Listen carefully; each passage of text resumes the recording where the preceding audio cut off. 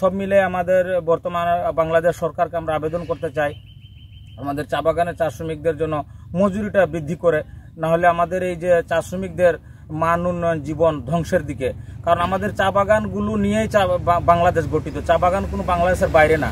আমরা চা বাগান আরও বাংলাদেশের আরও সুশিক্ষিত সমাজ যারা আছে, জ্ঞানী সমাজ, সকলের কাছে আমরা আবেদন এবং দাবি করতে চাই আপনারা আপনাদের জ্ঞানের তীক্ষ্ণ দৃষ্টিতে বিচার বিশ্লেষণ করে দেখবেন এই যে 178 টাকা বর্তমানে মজুরি, এটা দিয়ে কি সংসার চলে, বেঁচে থাকা কি সম্ভব?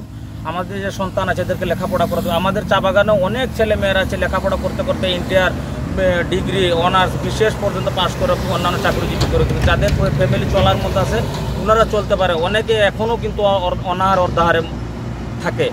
এই নিয়ে আমি ডিবিসি নিউজের পক্ষ থেকে আমি বাংলাদেশের ঊর্ধ্বতন কর্মকর্তা এবং সরকারকে আবেদন করব, অনুরোধ করব এবং আমাদের জ্ঞানী মহলকে আমি বিচার রাখলাম সকলের কাছে। আমাদের সমগ্র বাংলাদেশের মধ্যে চা বাগান এরিয়া বেশি, যখন শ্রমিকও বেশি, এখানে প্রায় 2500-র মতো পার্মানেন্টলি ওয়ার্কার এখানে।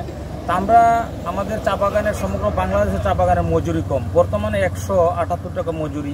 এই মজুরির তুলনায় বর্তমানে যে দ্রব্যমূল্যের যে দাম, নিত্য প্রয়োজনীয় যে দ্রব্যমূল্য, পুষ্টির অভাব, আমাদের চা বাগানের চা শ্রমিকদের সন্তানদের লেখাপড়া করাতে গিয়ে কষ্ট হয়। একজন চা শ্রমিক চা বাগানে কাজ করলে আর 2 জন বাইরে যদি কাজকর্ম না করে তাহলে কিন্তু নিত্য প্রয়োজনীয় জিনিস এনে সংসার চালানো কষ্টকর, ছেলে মেয়েদেরকে পুষ্টিকর খাদ্য দিতে পারি না।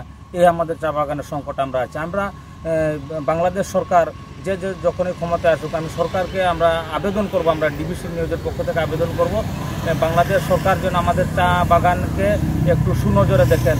কারণ বাংলাদেশ চা বাগানের শ্রমিকদের চা বাগানের শ্রমিকদের সুনজরে দেখেন এবং চা বাগানের যে চিকিৎসার মান উন্নয়ন, যে আমাদের চাষ বাগানের যে মালিক কর্তৃপক্ষ ওনারা যে হাসপাতালগুলো দিয়ে থাকেন, আমরা জানি যে 700 চা শ্রমিক যেখানে আছে এখানে একজন MBBS ডাক্তারের প্রয়োজন। আমাদের সুরমা চা বাগানে প্রায় 2500 চা শ্রমিক এখানে, কিন্তু ভালো কোনো ডাক্তার নাই বা চিকিৎসা ওরকম নাই। আমরা কোনো বেশি সমস্যা হলে আমরা উপজেলা স্বাস্থ্য কমপ্লেক্সে যাই। তা আমরা